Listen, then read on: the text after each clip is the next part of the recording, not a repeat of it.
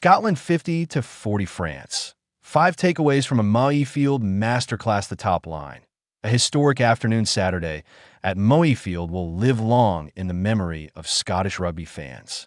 In a thrilling, high-scoring spectacle, Scotland produced a 50-40 victory over France that may well join the 1990 and 2000 sides in the pantheon of the nation's most extraordinary test performances. 13 tries were shared across 80 minutes, with the momentum swinging between the sublime and the chaotic. From the outset, Scotland's intensity and ambition set the tone, burning France in the opening exchanges and demonstrating the ferocity that has defined Gregor Townsend's resurgence. Darcy Graham, Scotland's predatory winger, wasted no time stamping his authority on the match, crossing the line in just 4 minutes to signal Scotland's intent. France, never an easy opponent, struck back immediately with tries from Lewis Beale-Byrie and Theo Adesog, hinting at a potential comeback. Yet, Scotland responded with relentless precision. Kyle Steyn scored twice. Pierre Schoeman and Ben White contributed powerful close-range finishes, and Tom Jordan added a late flourish off the bench. Despite late consolation tries from France's Antoine Dupont, Thomas Ramos, and Oscar Jégou, the final scoreline, while historic, belied just how thoroughly Scotland had dismantled the reigning Six Nations champions, a performance for the ages, the sheer dominance of Scotland in possession, holding the ball for 59% of the match. And the fact that 9 of the top 10 ball carriers were Scots perfectly encapsulates their control of the contest. France, a side renowned for their technical brilliance and physical power, were systematically starved of opportunities.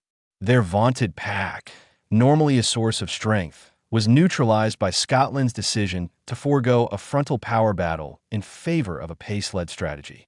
Townsend's tactical foresight allowed Scotland to dictate the rhythm of the match, forcing Les Bleus to play at a tempo they could not control, ultimately rendering their physicality redundant that Scotland's precision, legality, and speed hark back to the best of traditional Scottish rugby, while also showcasing modern strategic innovation.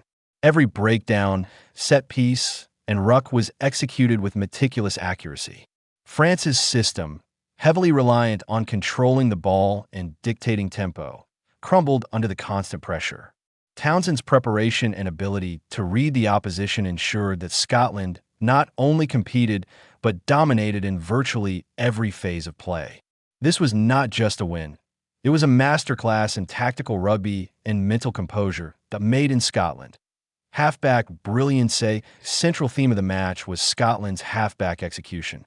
Ben White, the scrum half, arguably outplayed the world-class Antoine Dupont through sheer speed and efficiency.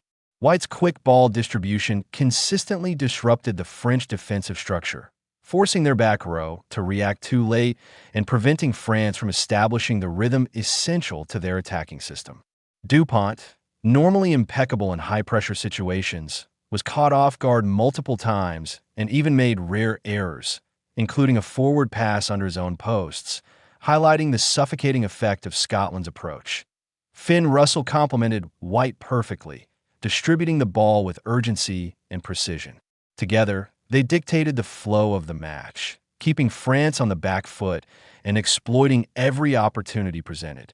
The halfback duo's performance illustrates that strategic tempo control, combined with technical excellence, can dismantle even the most experienced and talented opposition, that exploiting French flaws, France's weaknesses were as critical to the result as Scotland's brilliance.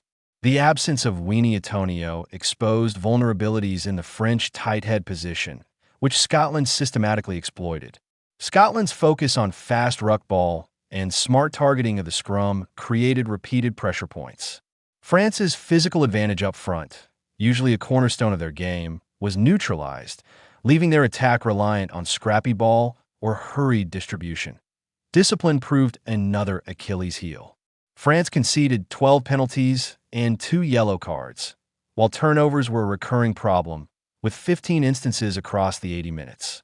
These errors reflect both a lack of focus and tactical naivety in the face of Scottish side executing their plan with near perfection. France's assumption that their reputation alone would intimidate Scotland proved costly, as complacency and arrogance were punished ruthlessly by a side playing with pace, precision, and determination, momentum, and psychological mastery beyond the technical aspects. Scotland's psychological dominance cannot be overstated.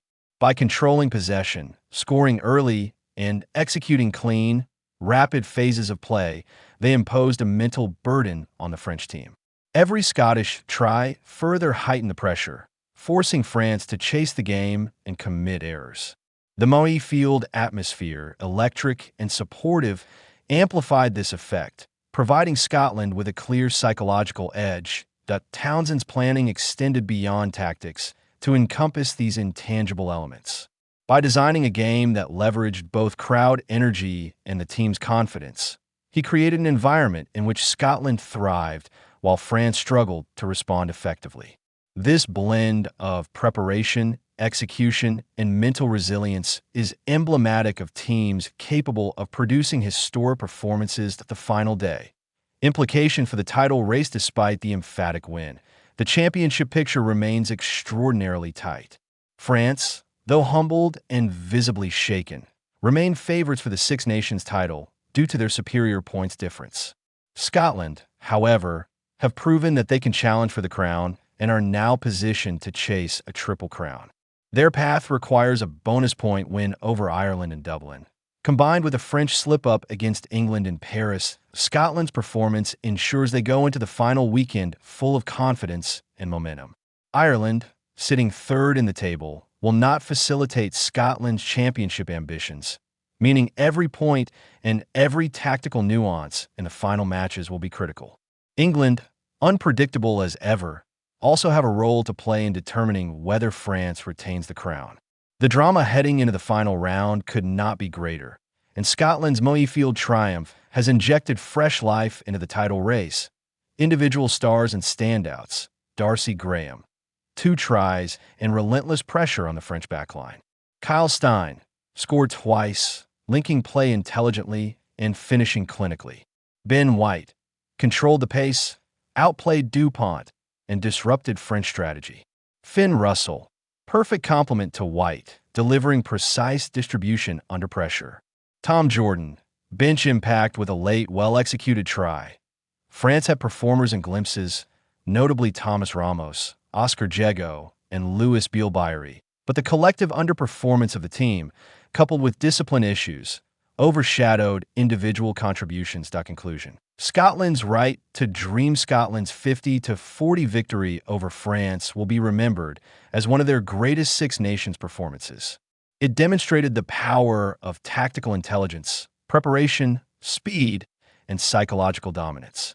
Townsend's leadership, the precision of the halfback pairing, and the finishing prowess of the backs all contributed to a performance that redefined expectations for this Scotland squad. While France's Grand Slam hopes have been shattered, they remain mathematically capable of winning the title.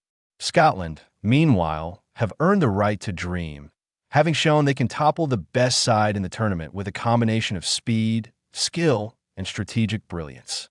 As the Six Nations heads into its final weekend, this match serves as both a historic highlight and a critical turning point in what has already been a thrilling championship. Scotland fans, Murrayfield was electric, and the stage is now set for a finale that promises drama, intensity, and rugby at its finest.